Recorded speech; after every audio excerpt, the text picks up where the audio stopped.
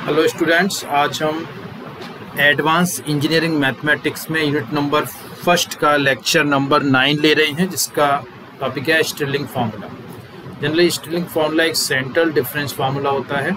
इससे पहले भी हम दो सेंट्रल डिफरेंस फार्मूला देख चुके हैं, गॉस फॉरवर्ड इंटरपोलेशन फार्मूला और गॉस बैकवर्ड इंटरपोलेशन फार्मूला। तो स्टिरलिंग को इन दोनों फार्मूले से ही ड्राइव किया जाता है। सबसे पहले the Gaussian interpolation comes under the central difference interpolation formula. Suppose we are given the following value of y equals to fx for a set values of x, यानी x की वैल्यूज के corresponding y की value given है आपको, x naught के corresponding y naught, x1 के corresponding y1, x2 corresponding y2 up to xn के corresponding yn, ये वैल्यू आपको गिवन है। अब हम गॉस फॉरवर्ड इंटरपोलेशन हमने फॉर्मूला ड्राइव किया था उससे प्रीवियस लेक्चर्स में, तो उसका गॉस फॉरवर्ड इंटरपोलेशन फार्मूला होता है by P equals to Y naught plus P delta Y naught plus P minus one upon factorial two delta square Y minus one plus P plus one P minus one upon factorial 3 delta cube Y minus one up to dash टेल। ये question number first कहेंगे इसे।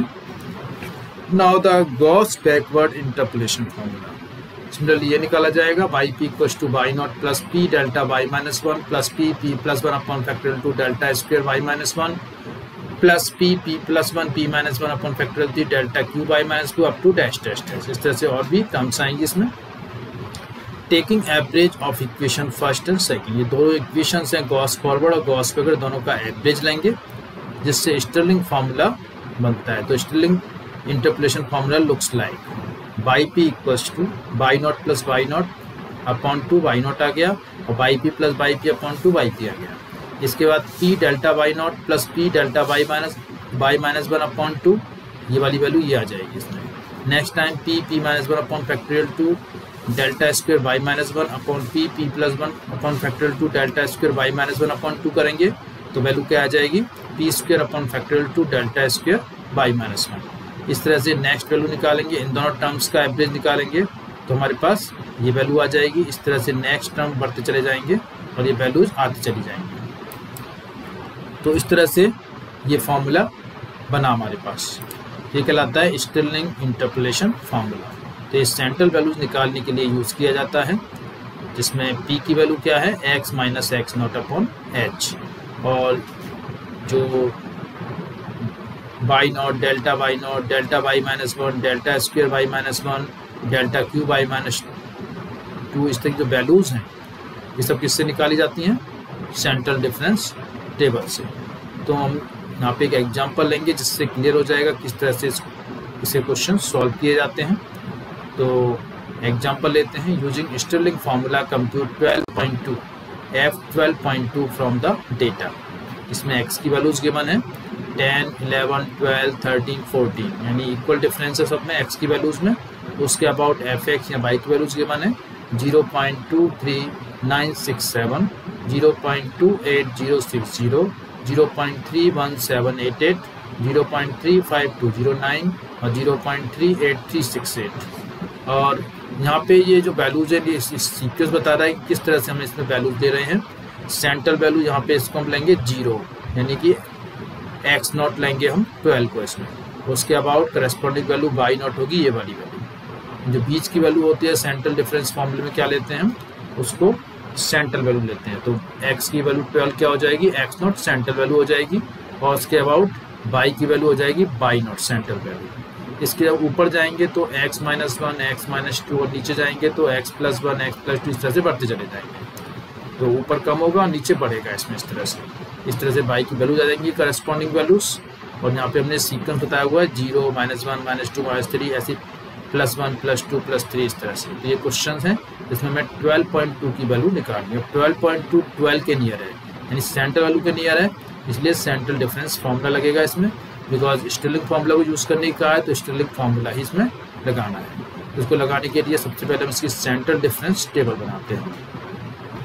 तो इसमें fx को हमने 10⁵ fx मान लिया, बिकॉज इसमें पॉइंट में वैल्यू दे रखी है। यदि इसे 10⁵ से मल्टीप्लाई कर दिया जाए इस वैल्यू को तो वैल्यू हो जाएगी, पॉइंट हट जाएगा, 10⁵ की टर्म्स में वैल्यू आ जाएगी। इसको हमने fx के इक्वल मान लिया है।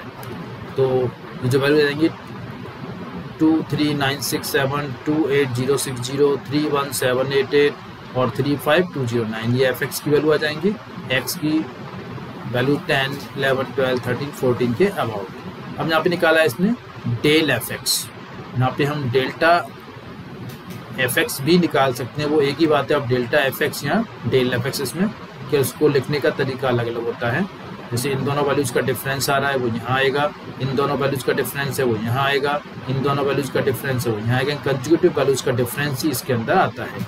इस तरह से इसको हम सेंट्रल डिफरेंस ऑपरेटर कहते हैं। डेल्टा को डेल्टा स्क्वायर, ये सेकंड ऑर्डर का सेंट्रल डिफरेंस ऑपरेटर है। डेल्टा क्यू ये थर्ड ऑर्डर का सेंट्रल डिफरेंस ऑपरेटर है। Delta power of 4 fourth order का सेंट्रल डिफरेंस ऑपरेटर है। इस तरह से इन वैल्यू में फिर डिफरेंस निकालेंगे, कंसेक्यूटिव वैल्यूज में ये डिफरेंस आ जाएगा। दैन इन वैल्यू में फिर डिफरेंस निकालेंगे, लास्ट में डेल्टा 4 fx में -13 आ जाएगा। तो इस तरह से हमें सेंट्रल डिफरेंस टेबल बनानी है, जो कि ऑलरेडी आपको आता है किस तरह से बनानी है। ये ध्यान रखना है हमें इसमें कि यहाँ पे इसका जो सीक्वेंस है, 0 जहाँ से स्टार्ट हो रहा है, -1 -2 ऊपर जाएगा, +1 +2 नीचे आएगा। इस तरह सेंट्रल डिफरेंस टेबल बनेगी।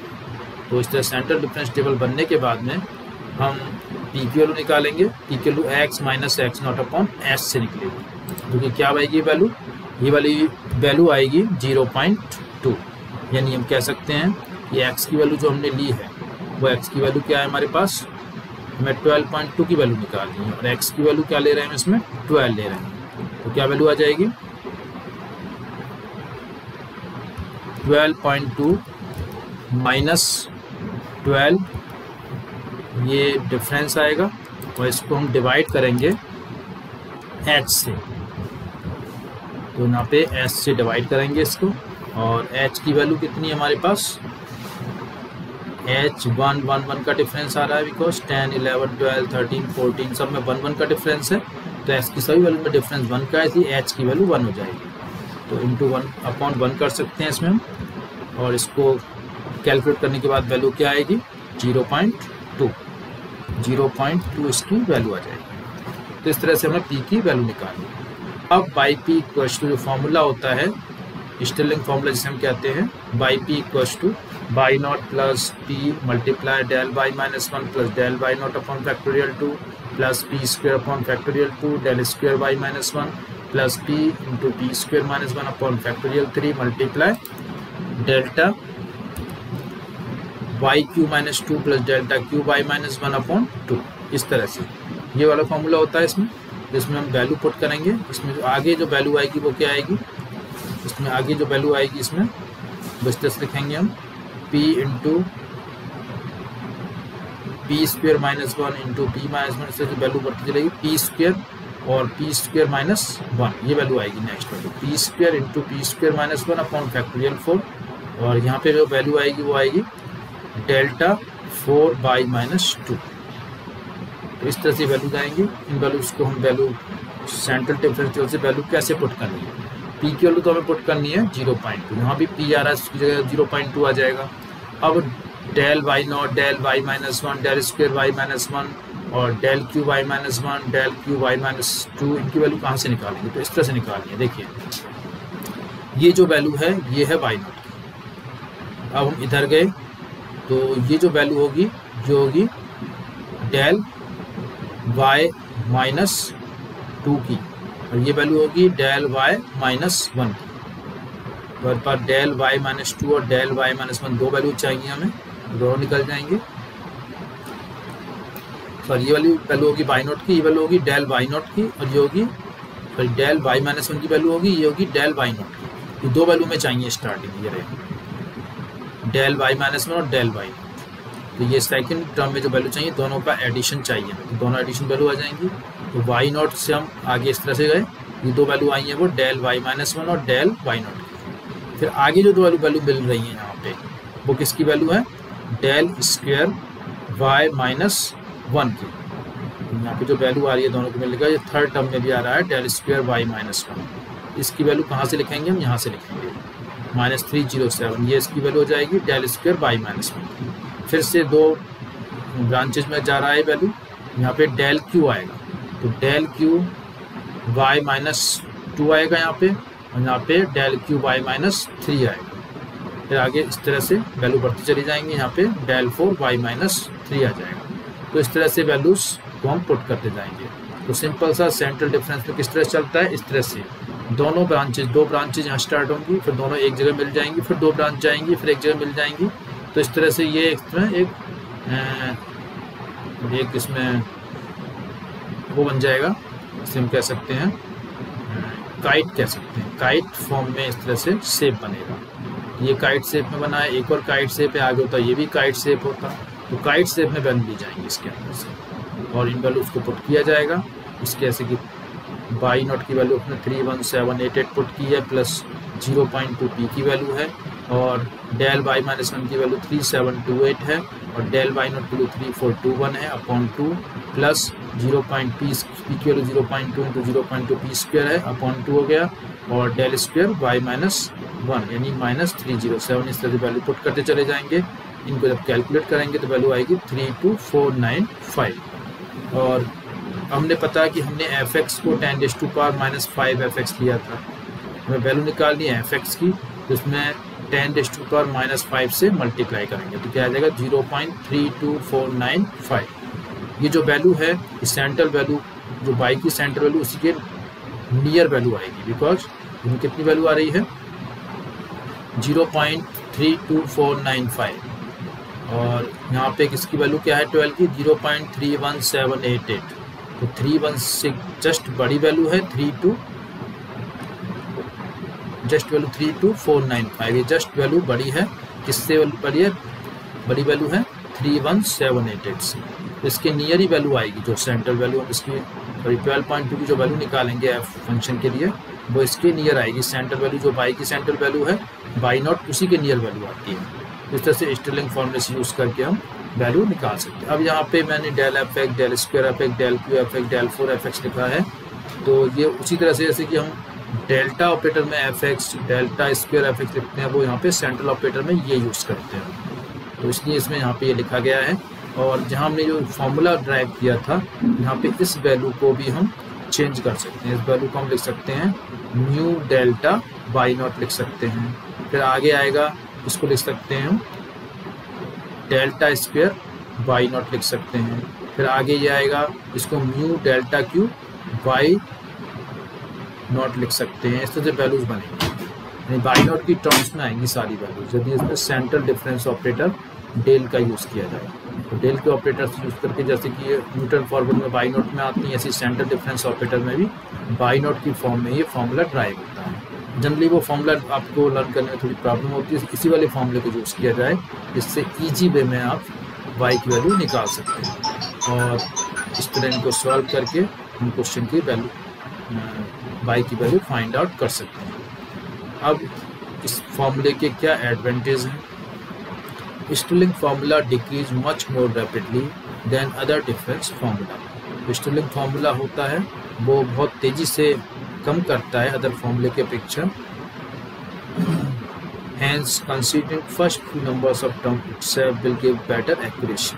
इसलिए कुछ ही टर्म यदि ली जाएँ स्टर्लिंग फार्मूले तो उससे ही बेटर एक्यूरेसी मिल जाती है। यानी इसमें जो एरर है उसको डिक्रीज करता है, कम से कम एरर आती है स्टर्लिंग फार्मूले से, क्योंकि अदर फार्मूले में एरर या अप्रोक्सीमेशन की वैल्यू ज़्यादा हो सकती है।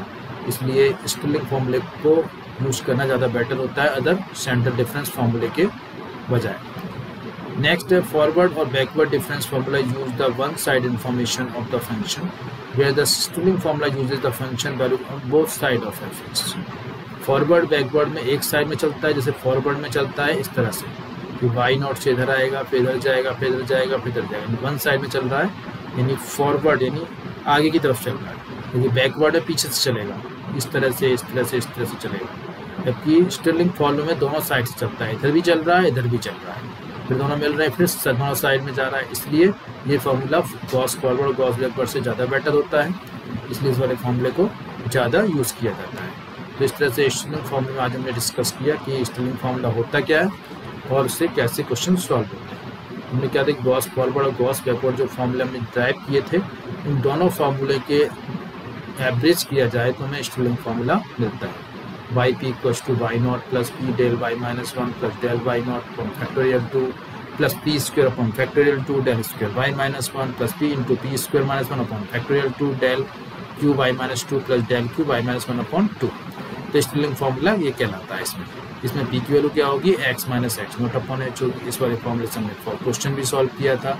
सिंपली में स्टर्लिंग टेबल बनती है, उसमें ये बाई नोट की वैल्यू होगी एक्स नोट की वैल्यू के करस्पॉन्डिंग, और उसी के अबाउट यहाँ पे जो वैल्यूज आएंगी में दोनों साइड में चलता है स्टर्लिंग फॉर्मूले में, यानी फॉरवर्ड और बैकवर्ड दोनों को यूज करना है। इसमें फॉरवर्ड और बैकवर्ड दोनों गॉस फॉर्मूले मिल रहे हैं, इनका एवरेज निकल रहा है।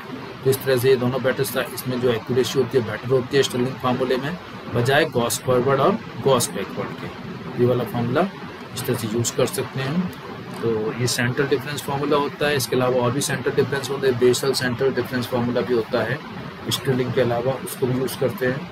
लेकिन जो सबसे बेटर माना जाता है वो स्टर्लिंग फार्मूला ही होता है, सेंट्रल डिफरेंस फार्मूला, तो इसको मैक्सिमम यूज़ किया जाता है।